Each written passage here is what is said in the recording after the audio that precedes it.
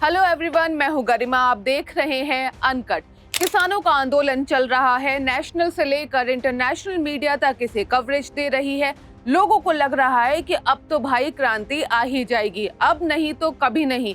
इस आंदोलन के बाद शायद किसानों की मांगे मान भी ली जाएं, उनके हालात बदले। लेकिन आपको बता दूं कि किसानों की ये मांग आज की नहीं है, ये आंदोलन आज का नहीं है, ये है करीब 211 साल पुराना। जब 211 सालों में किसानों की आवाज नहीं सुनी गई, उनकी मांगे नहीं मानी गई, तो क्या 14 दिन के इस आंदोलन से क्रांति की उम्मीद करना सही है?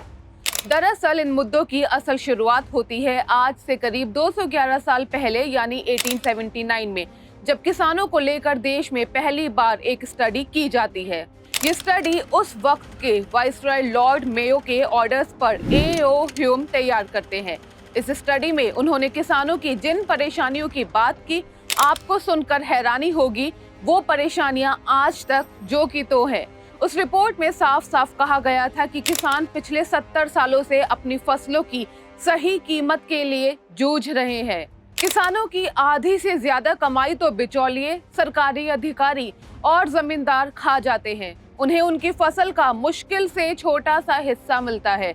जरा सोचिए, इतने सालों बाद आज की तारीख में 2020 में क्या इस मांग में चुल्लू भर भी अंतर आया है? जवाब है नहीं। सरकारें आई और गई, देश आजाद हुआ, लेकिन किसानों के हालात में, उनकी मांगों में ना बदलाव आया और ना ही कुछ सुधार हुआ। तब से आज तक देश के करीब 41 वाइसरॉय जनरल और 14 प्रधानमंत्री बदल चुके हैं।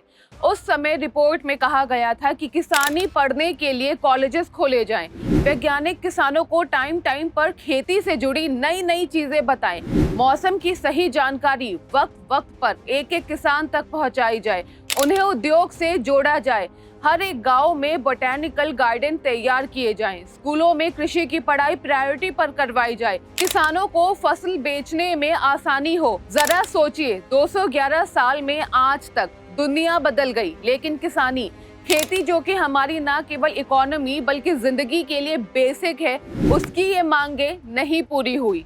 इन सब बातों को छोड़, किसान है वोट बैंक, जिसके साथ होती है तो सिर्फ राजनीति।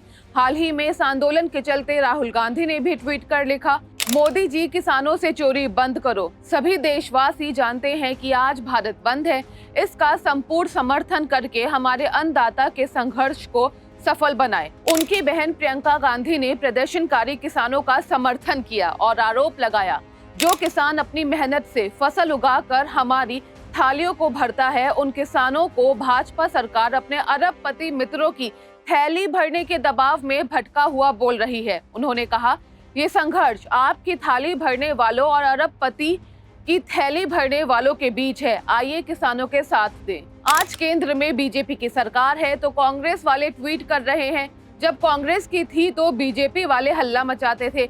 सब कुछ एक जैसा है, किसानों को लेकर राजनीति भी और किसानों की मांगे भी और किसानों के हालात भी।